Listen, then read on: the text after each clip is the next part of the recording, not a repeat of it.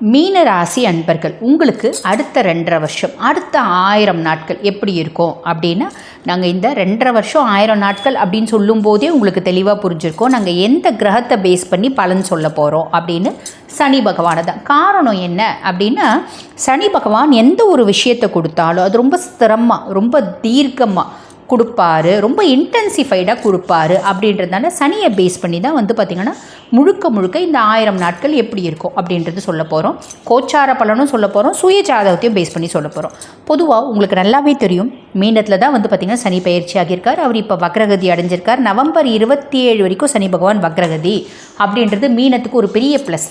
எப்படின்னா, 2 மூட்டை தூக்கின்னு போனீங்க. ஒரு மூட்டை ஃபுல்லும் செங்கல், இன்னொரு மூட்டை ஃபுல்லும் மயிலிறகு. அந்த செங்கல் மூட்டையை இறக்கி வைக்க வேண்டிய இடம் வந்துருச்சு, இறக்கி வச்சிட்டிங்க. இப்போ வெறும் மயிலிறகை மட்டும் தூக்கிட்டு போகிற மாதிரி ஒரு காலகட்டம் நவம்பர் 27 வரைக்கும். அது நம்மளுக்கு பெரிய லோடு குறைஞ்சா மாதிரி இருக்குது. ஆனால் அடுத்த 1000 நாட்களுக்கும் என்ன வரும் அப்படின்னா, பொதுவாக நம்ம சுயஸ்தானத்தில் சனி பகவான் உட்கார்ந்துட்டுருக்கான் அப்படின்னும் போது, இப்போ குரு உட்கார்ந்துருந்தான்னா நம்ம ரொம்ப பர்ஃபெக்ட் ஆகும். புரியுதுங்களா? சுக்கிரன் உட்கார்ந்துருந்தாருன்னா ரொம்ப ரொமான்டிக் ஆகும். நம்மளுக்கு செவ்வாய் உட்காந்துருந்தாலும் ரொம்ப கோவப்படுவோம். சூரியன் உட்கார்ந்துருந்தா அப்படின்னா ரொம்ப ஆளுமையாகும். இந்த மாதிரி விஷயங்கள் எல்லாம் நடக்கும். சனி உட்கார்ந்துருந்தா என்ன ஆகும்? ரொம்ப மந்தமாகவும். சனி மந்தன், முடவன் அப்படின்னு சொல்லுவாங்க.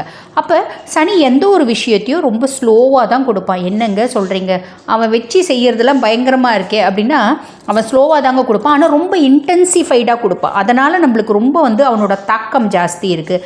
அதனால தான் நம்ம மற்றவங்களை திட்டும்போது சனியனே அப்படிங்கிறோம். காரணம் என்னென்னா, நம்மளை அவ்வளோ வறுத்து எடுக்கிறாங்க அப்படின்றதுனால. அப்போ ஜென்ம சனி மந்த நிலையை ரொம்ப விக்ரஸாக கொடுப்பார். நான் மீனம், நான் அதீத புத்திசாலி.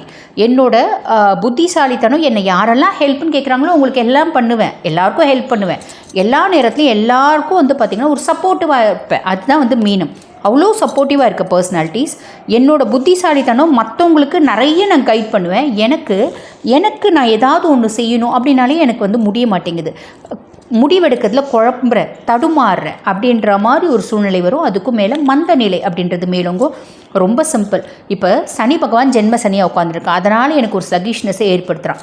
நான் அதை ஏற்படுத்திக்க கூடாது, ஓடணும். என்னோடய இயற்கையான கேரக்டர்னா நான் சுறுசுறுப்பாக இருப்பேன். அந்த மாதிரி சுறுசுறுப்பாக இருக்கணும் நீங்கள் நினச்சாலே போதும், சனி பகவானை ஓவர்டேக் பண்ணிடலாம். ரொம்ப சிம்பிள்.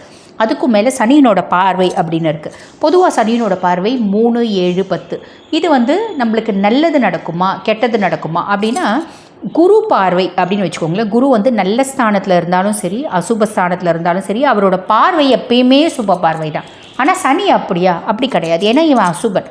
இவனோட பார்வை பொதுவாக 3, 7, 10. அந்த 3, 7, 10 உங்களுக்கு இப்போ நல்ல பார்வையாக இருக்குமா, அசுப பார்வையாக இருக்குமா, கெடுபலன்களை கொடுக்குமா அப்படின்னா கெடுபலன்கள் தான் கொடுக்கும். காரணம் என்ன அப்படின்னா, அவன் நல்ல பொசிஷனில் இல்லை, ஜென்மத்தில் உட்காந்துட்டுருக்கான். அப்படின் போது கெடுபலன்களை தான் கொடுப்பான். அப்போ என்னென்ன மாதிரி கெடுபலன்களை கொடுப்பான்? 3ஆம் பாவம் இளைய சகோதர தைரியஸ்தானத்தில் சனியினோட பார்வை இருக்குது. அப்போ என்னோடய தைரியம் தன்னம்பிக்கையும் அதிகமாகும் தான். சில நேரம் என்ன ஆகுதுன்னா, ஒரு அசட்டு தைரியமாக ஆகிடும். அதே மாதிரி ஓவர் கான்ஃபிடென்ஸாக ஆகிடும். தம்பியை முழுக்க தம்பி தங்கச்சிகளை நம்புகிறேன் அப்படின்னும் போது ஏமாற்றங்கள் வர்றதுக்கு வாய்ப்பு உண்டு. இதை ஞாபகம் வச்சுக்கோங்க. அதுக்கப்புறம் 7ஆம் பாவம் களத்திரஸ்தானத்தை சனியினோட பார்வை இருக்குது. அது சுப பார்வை கிடையாது.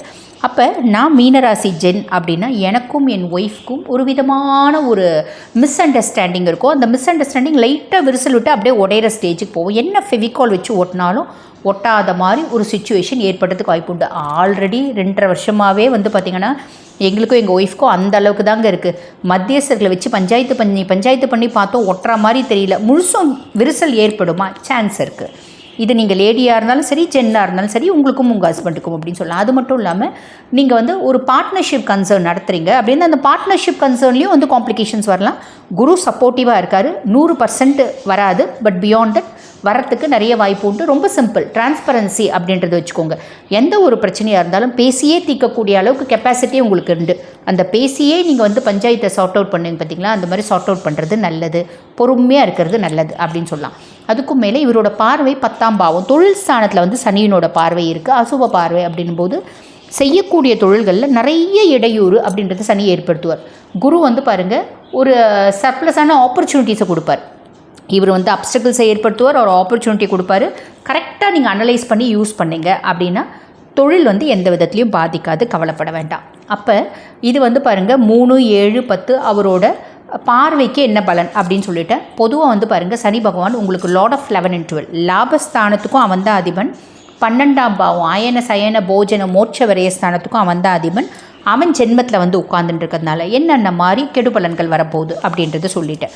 இது உலகத்தில் இருக்க அத்துணை மீனராசி அன்பர்களுக்கும் 50% சாலிடாக இந்த கெடு பலன்கள் அப்படின்றது வந்துடும். சரி, இப்போ நம்ம என்ன பண்ணலாம்? மீதி 50% என்ன? உங்களோட சுயஜாதகத்தை எடுங்க. சுயஜாதகத்தை எடுத்து வச்சு ராசி கட்டம் அப்படின்னு போட்டிருக்கோங்க, அதை பார்த்துக்கோங்க. அதில் லான்னு போட்டிருக்கோம், இல்லை 2 கோடு போட்டிருக்கோம். அந்த இடத்துல அதை தான் லக்னம் சுயஸ்தானம், அதில் 1 அப்படின்னு பென்சிலில் போட்டுக்கோங்க. பக்கத்து கட்டம் 2, அடுத்து 3, 4, 5, 6 இப்படி போட்டுட்டு இந்த பாவங்களில் எந்த பாவத்தில் சனி இருக்கான், எக்ஸாம்பிள் சொல்கிறேன், 3, 6, 8, 12 சனி இருக்கான் அப்படின்னா நான் சொன்ன அத்துணை கெடு பலன்களும் 100க்கு 100%, 50% கோச்சார பலன், 50% சுயஜாதகம், 100க்கு 100% நடந்துடும். சரி, இப்போ அந்த பாவத்தில் தான் சனி இருக்கான், அவனோட தசை தான் நடக்குது. அந்த 3, 6, 8, 12 தான் சனி இருக்கான். சனி தசையில் தான் இருக்கேன் அப்படின்னா சாலிடாக அதுவும் 100க்கு 100% கெடு பலன்கள் அப்படின்றது வந்துடும். ஓகேங்களா? அதுக்கு மேலே இப்போ அந்த பாவத்தில் தான் சனி இருக்கான். குரு எங்கே இருக்கான் அடுத்து உடனே பாருங்கள். குரு இருக்க இடத்துல 1ன்னு போட்டுக்கோங்க. லக்னம் தொட்டு கணக்கு போடக்கூடாது. குரு இருக்க இடத்துல 1, 2, 3. குருனோட 5ஆம் பார்வை, குருனோட 7ஆம் பார்வை, குருனோட 9ஆம் பார்வையில் சனி இருக்கான் அப்படின்னா இந்த கெடுபலன்கள் எதுவுமே நடக்காது. புரியுதுங்களா? புரிஞ்சிருக்கும். சரி, அடுத்து இப்போ இன்னொரு ஆங்கிளில் வச்சுக்கலாம். சனி லக்னம் தொட்டு 2ல் இருக்கான், லக்னம் தொட்டு 9ல் இருக்கான், லக்னம் தொட்டு 11 அப்படின்னா லக்னத்தில் 1, லக்னம் தொட்டு 2, 3 அப்படி வந்து பார்த்திங்கன்னா 9, 11, 2, 9, 11 இருக்கான் அப்படின்னா இந்த இதெல்லாம் இருக்கான். சனி தசை நடக்குது. அப்போ இந்த எந்த விதமான கெடுபலன்களும் 100% இம்பேக்ட் இருக்காது, 20% தான் இருக்கும். புரியுதுங்களா? சரி, இப்போ இந்த லக்னம் தொட்டு 2ல் இருக்கான், இல்லை வந்து பார்த்திங்கன்னா 9ல் இருக்கான், இல்லை 11ல் இருக்கான். குருவும் வந்து பார்த்திங்கன்னா குருனோட 9ஆம் பார்வை சனி மேலே இருக்குது, இல்லை 7ஆம் பார்வை இருக்குது, 5ஆம் பார்வையில் இருக்குது. 20% கூட கெடுபலன்கள் கிடையாது, மாறி எல்லாமே நற்பலன்கள் கிடைக்கும். சனி தசையில் தான் இருக்குது, அப்பயும் நற்பலன்கள் அப்படின்றது நடக்கும். இதில் விதி விலக்கு இருக்கா? நிறைய விதி விலக்கு இருக்குது. சனிக்கு வீடு கொடுத்தவன் கெட்டு போயிருக்கான் அப்படின்னா, சனிக்கு வந்து பார்த்திங்கன்னா சாரம் வாங்கினவன் கெட்டு போயிருக்கான், நல்லா இருக்கான், இப்படின்னு பல எக்ஸப்ஷன்ஸ் இருக்க தான் செய்து. பட் அவ்வளோ இன்டெப்த்தாக நம்ம போகணுன்னு இல்லை. இன் ஜென்ரல் நீங்கள் இதை வரைக்கும் பார்த்தீங்க அப்படின்னாலே உங்களுக்கு 80% நல்லது நடக்க போதா, 70% நல்லது நடக்க போதா, இல்லை 100க்கு 100% நல்லது நடக்க போதா அப்படின்றது தெரிஞ்சிடும்.